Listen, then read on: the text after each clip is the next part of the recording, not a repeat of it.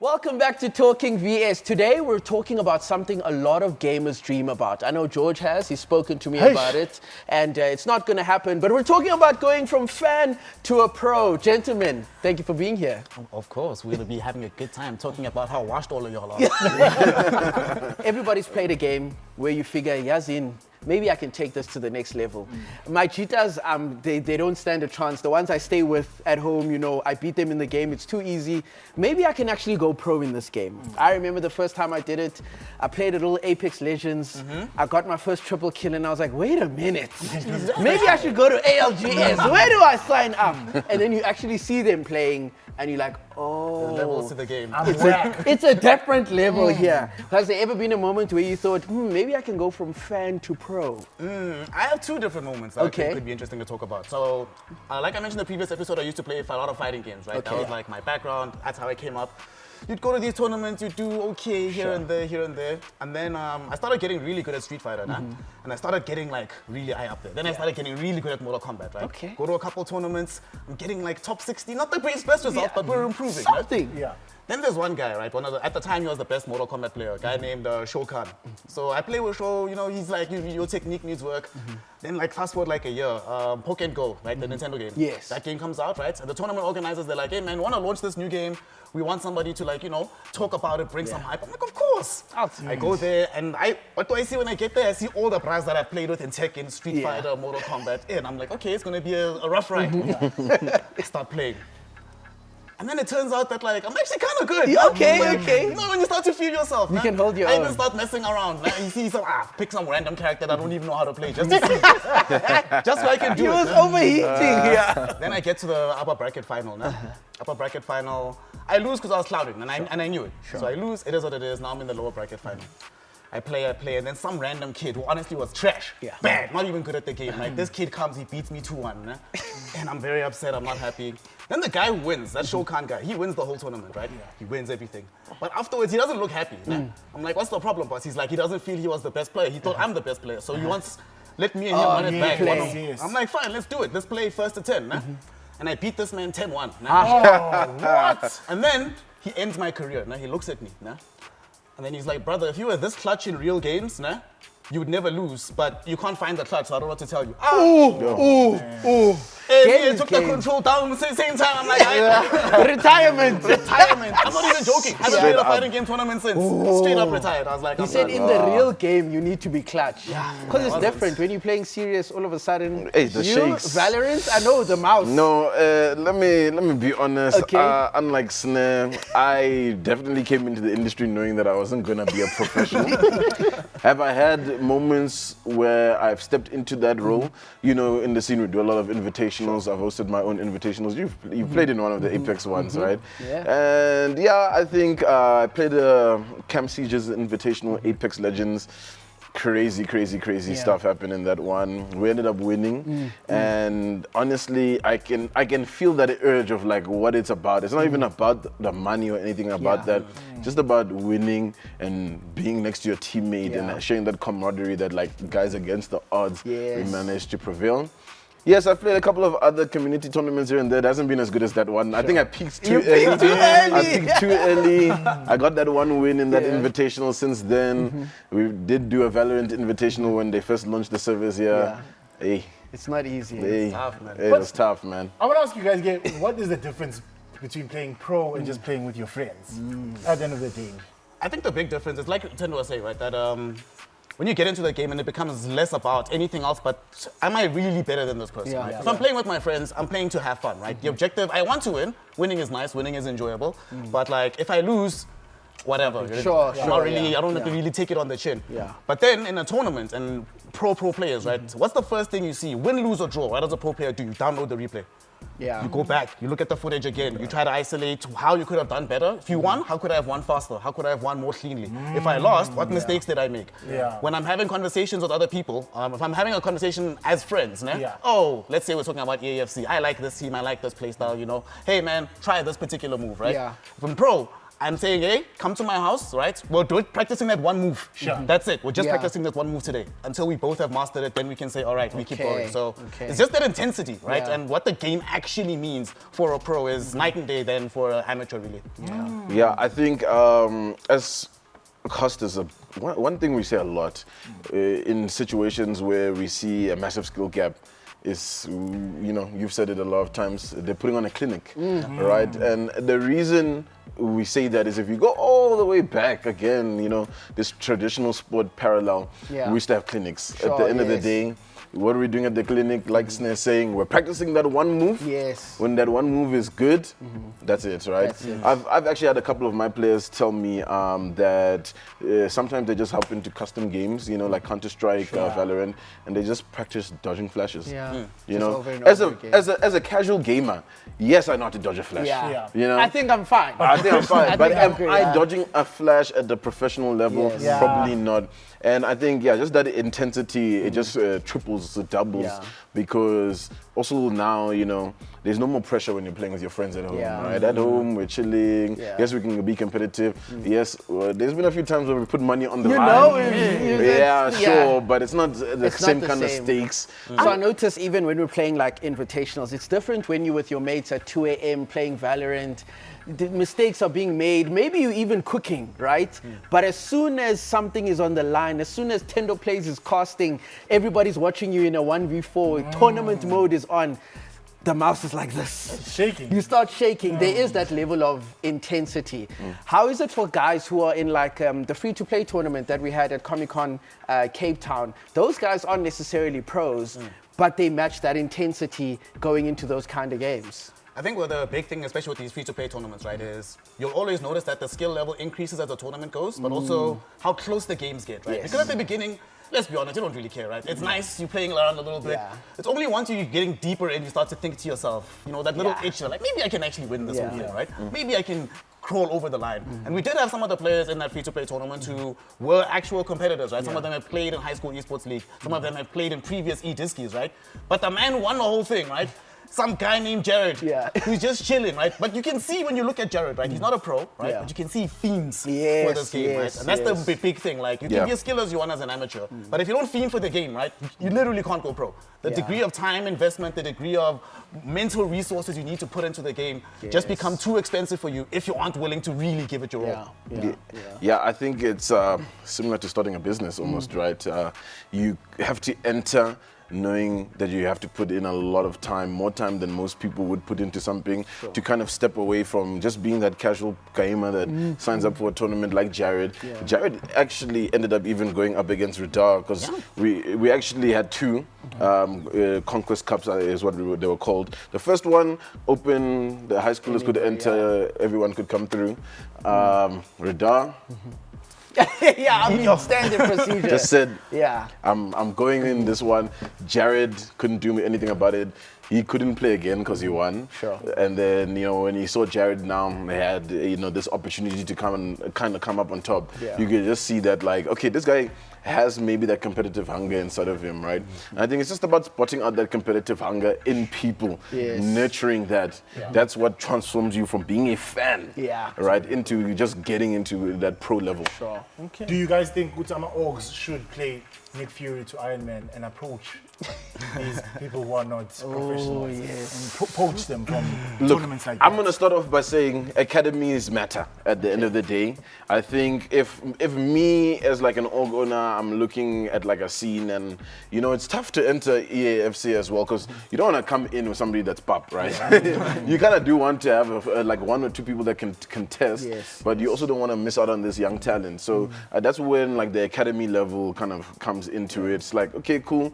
As an org, we can go out and come to like high school esports league. Sure. Oh, we're seeing here's Willem, here's FMP. They're playing. They're not signed by anybody.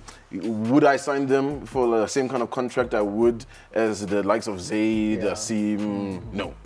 But can I bring them into the academy and let them, start to hash it out and compete, learn from the top guys? Yes, why not? Yeah, why not? Actually, it would be really cool if each of the orgs had their own, every now and then, a free-to-play tournament, just to get that academy guy, right? So you have the thing, only unsigned players are allowed in. You see from that pool of talent who's available, and you say, all right, guys, you three, for the next 6 months, come hang with us, right? Sure. It's not a guarantee that you're going to be a Goliath player. It's not a guarantee you're going to be a synthesis player or whatever, but we're just going to see what's happening, you know, give you both a little bit of structure that you need, but also give us time to more accurately appraise where you are as a player. Yes, I love that. How do these guys then perhaps brand themselves to be able to be seen by these orgs? How important is it for them to perhaps use social media, TikTok, Instagram content, to, you know, grow their communities? This is you, bro. This is No, the community honestly, guy you guys right should here. know best, man. You know, For esports players. I think it's the same as traditional influencing as it is currently. If you put yourself on the market will find you. Post some clips, dude. Post some clips about you playing, show us that you're at these tournaments. Yeah. I think if I had to look for an esports player, if I had, let's say, somebody at the caliber of Zaid, Sure. is not online, Yeah. etc., etc., it doesn't have a profile, whereas maybe you get another player who's at a lower level, right, who's active, who's active, who's tweeting, who's interacting with the community. I think as a brand, it's always better to sometimes lean towards that kind of a person, right, than trying to just always get the champions. Yes. Because you can also nurture that kind of a person who's already willing to put in those extra hours. Yeah. We've seen the growth of platforms like Twitch. Yes, Even in yes. South Africa, there are every traditional celebrity is even trying their hand at Twitch. How important is a platform like that?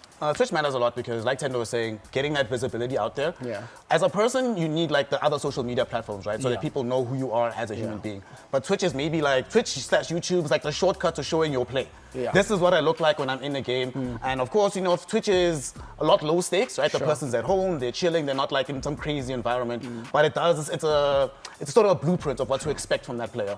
And you know, at the end of the day, you can be the best player in the world, right? But if nobody knows, no one's seen you at tournaments, no one's seen your clips online, how do we know? There's a universe out there, right? Where Young Savage, our first champion, right? Never got to see the flyer to say, hey, let me go to VS Gaming, right? And he never gets involved. He didn't have internet, didn't have people around him that were going to force him to bring him into this kind of thing. So for him, that situation was terrible. He managed to find a way out of it through sheer gameplay. But not everybody's going to be finding themselves as the first big superstar for the next $1 million tournament. So something like Twitch, very low stakes, easy way, and you're doing something you're already going to be doing. Yes, Exactly, you're going to game. Now, how do players who are not maybe pro, who are not been practicing with other pros, manage like the mental stress of playing like these big tournaments? That is really tough, honestly.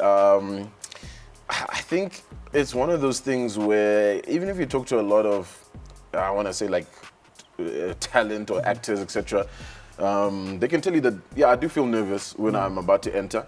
But I think the experience, once you have said your first word, it kind of all fades away. And I think that's what it's about. It's getting into more and more tournaments.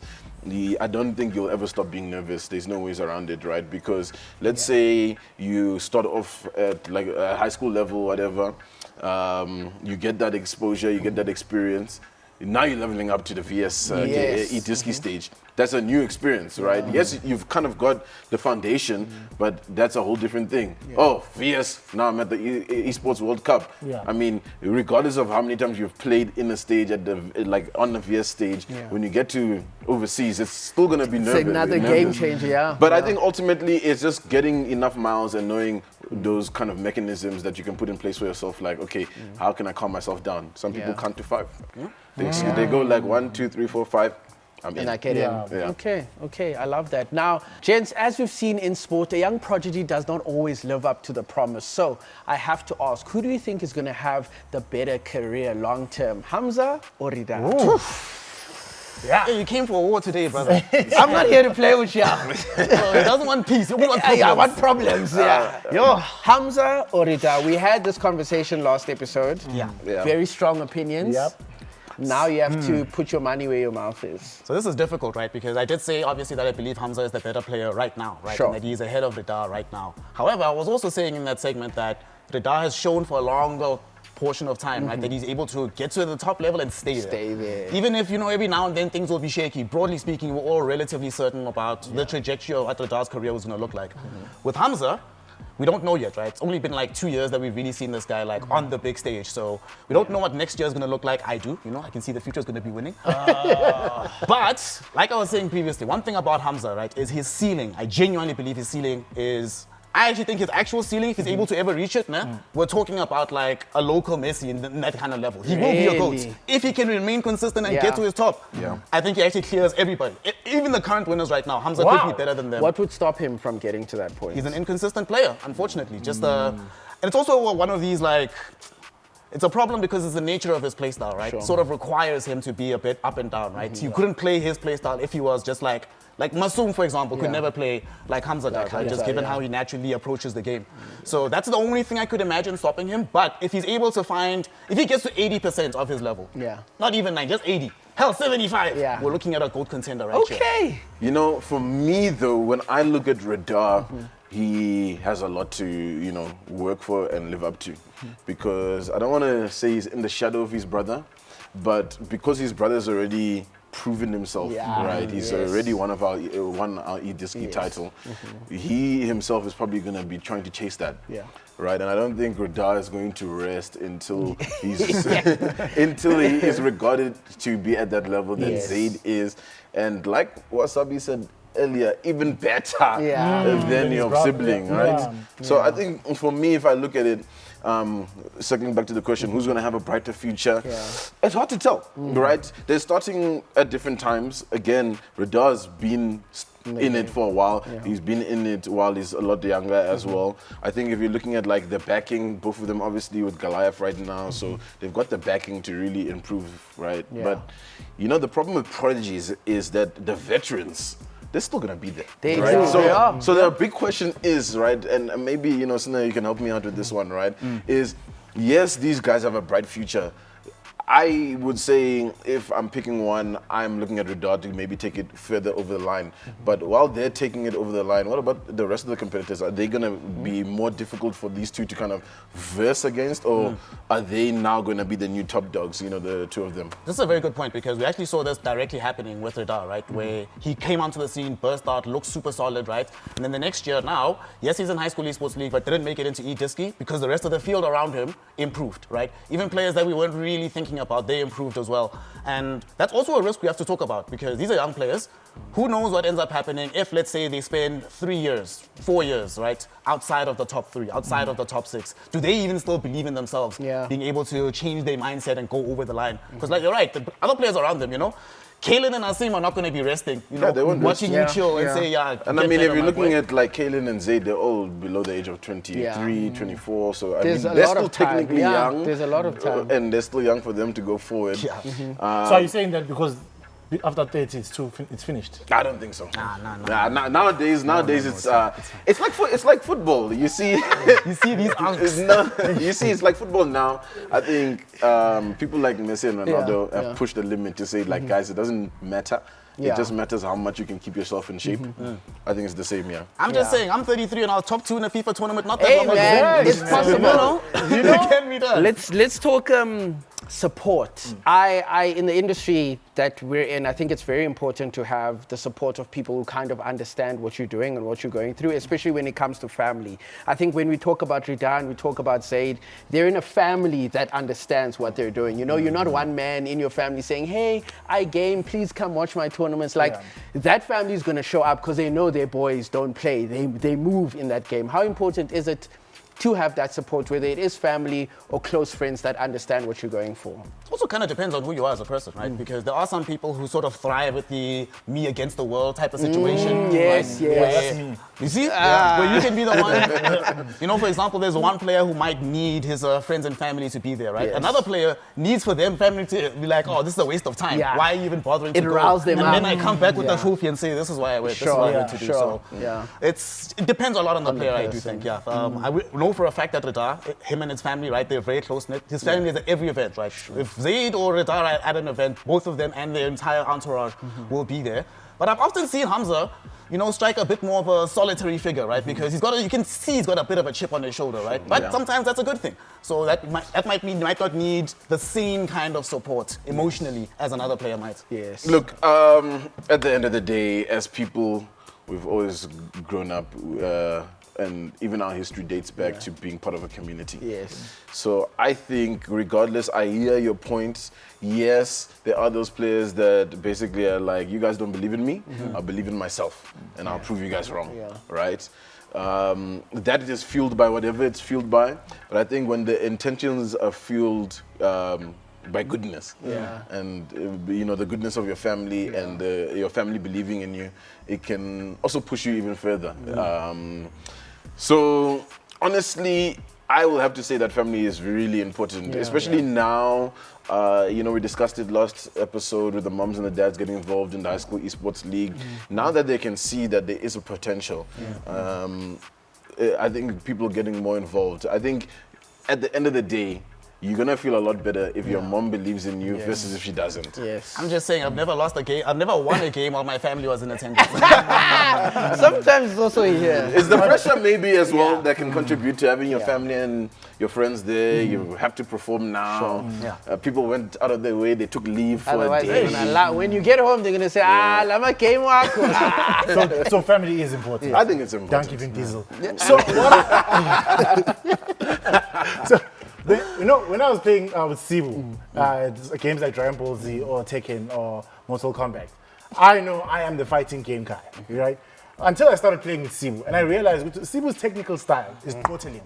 What's goteling in English? Like, he does one move over and over again. Yes. So that's his technical style. My technical style is efficient. Let's talk about the difference in technicalities between these two players. How different do they play? Oh, radically different. It's one of these things where it's beautiful situations, right? Where you can just put the game on, hide the names, right? And in 30 seconds, you'll know who's playing who. Who's playing between Hamza and Rida. Hamza has this electric style, keeps the ball at his feet, but he wants to take like a bajillion touches before he scores, right? We've seen patient players before who slowly build up. He builds very quickly, but he still takes a lot of time attacking, and he confuses you. It gets to you. You can see players don't really know how to respond to this. Rida's more classical, more direct, doesn't want to be wasting too much time with the ball. If I get the ball, what's the shortest amount of time between me having it and it being in the back of the net? And that contrast makes the games extremely exciting because they're trying to do different things at an elite level, and it's all about these small little seconds, these moments of madness that can change everything. And I think you can really see where the tactics are coming in play, right? If you look at Hamza, I'll have to say, is coming in new wave. The new play style, like Snes saying, really aggressive, lots of touches. He's trying to open up the defense, right? Whereas if you look at how Rida plays, you can definitely see that he's been influenced by the older generation, right? He's a little bit more technical, methodical in his approach. And so, like you said, if you just cover names up, you can definitely see a stark difference in how they play. So I think who really takes it over the line in terms of play styles, it's no one at the end of the day, right? It's really just who shows up, who's ready to compete. Because yes, I think there's enough footage on both of them to study each other's play styles and for both to work either way.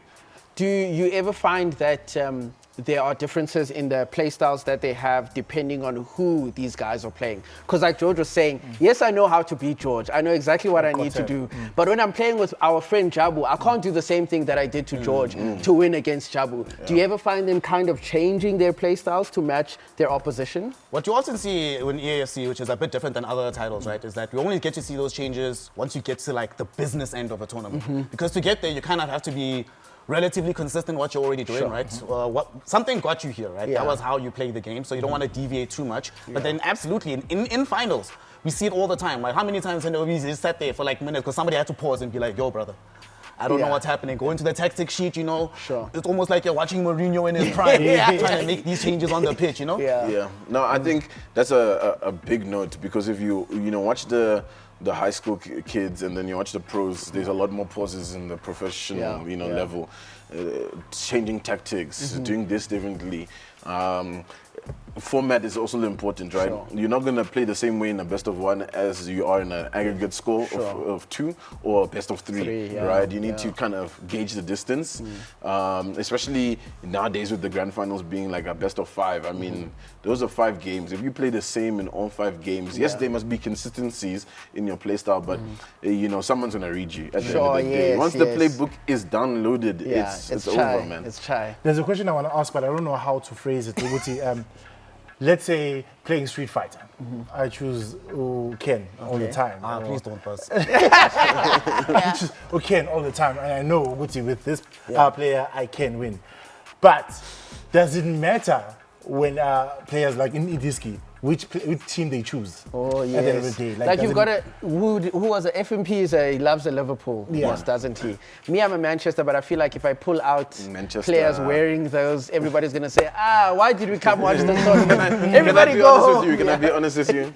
If I ever am at an activation, at a tournament, qualifier, whatever it is, and I'm like looking and I'm gauging who's playing, and I see that you are not playing in a meta, I already know it's shite. Okay, so you have to go for the meta. Yeah, there's no way. You can't even allude to, I know what I'm doing. They're not going to expect me. You can, right? But you're not going to win. Okay. So that's the determination that you have to have. Do you want to win or not, right? Sure. If you want to win, you just have to stick to the meta. I mean, a couple of years ago, the meta was PSG, right? If you're playing like teams. Every single play, you just had to play PSG. There was no point doing otherwise. But are you good at the game if you can't play with the other teams? The problem is the way they designed the game. You know, EA, the like player attributes and stuff like that. They matter. Are really important. And when we're saying a team is meta, it means that that team is fully optimized to win most of the time. You're seeing it now with the Real Madrid meta, right? Everybody's like Kylian Mbappe, Vinicius Jr., Jude Bellingham. I mean, all already when you same just hear team, that, there might be other players that can compare to Jude Bellingham in another team, but does the rest of the team around them work, right? That's the problem. Yeah, and you can't bring out a Wolves when you're playing against that team because then you stand no chance. I think the best analogy here would be like, we have this wonderful racing rig, right? Okay. If we all decided we wanted to do a drag race, you know, Brother George comes with a Ferrari, you know, Sibu hits a Lambo, my man comes through with the Nissan GTR, and I'm here with my Corolla. Yeah. No matter how good a driver I am, it doesn't matter. At a certain point, it stops mattering. Right? It's just like, you're just completely outmatched. Don't even bother. You have to bring something within that class. And unfortunately, there's not that many teams that are in the class of Madrid in this game right now. It's too strong. Yeah. So it matters at the end of the day which team you actually choose. It also... That was nice. Well done. Thank you very much. I've been thinking about that one while you guys were all talking, while everybody was talking. You know, you also have to remember that we also play with Ultimate Team, right? That's where things start to really get serious in eDiski, in the tournaments around the world. And if you go into the Ultimate Team as well, right? If you go into any big tournament, you also start to see the same crop of names at the end of the tournament. There's no point in playing something. Why would you necessarily make yourself worse? Yeah, if you're trying to win, that makes sense. Okay, speaking of trying to win, you have Zaid, brother of Rida. We know he's amazing. Does Zaid actually make Rida better? Of course.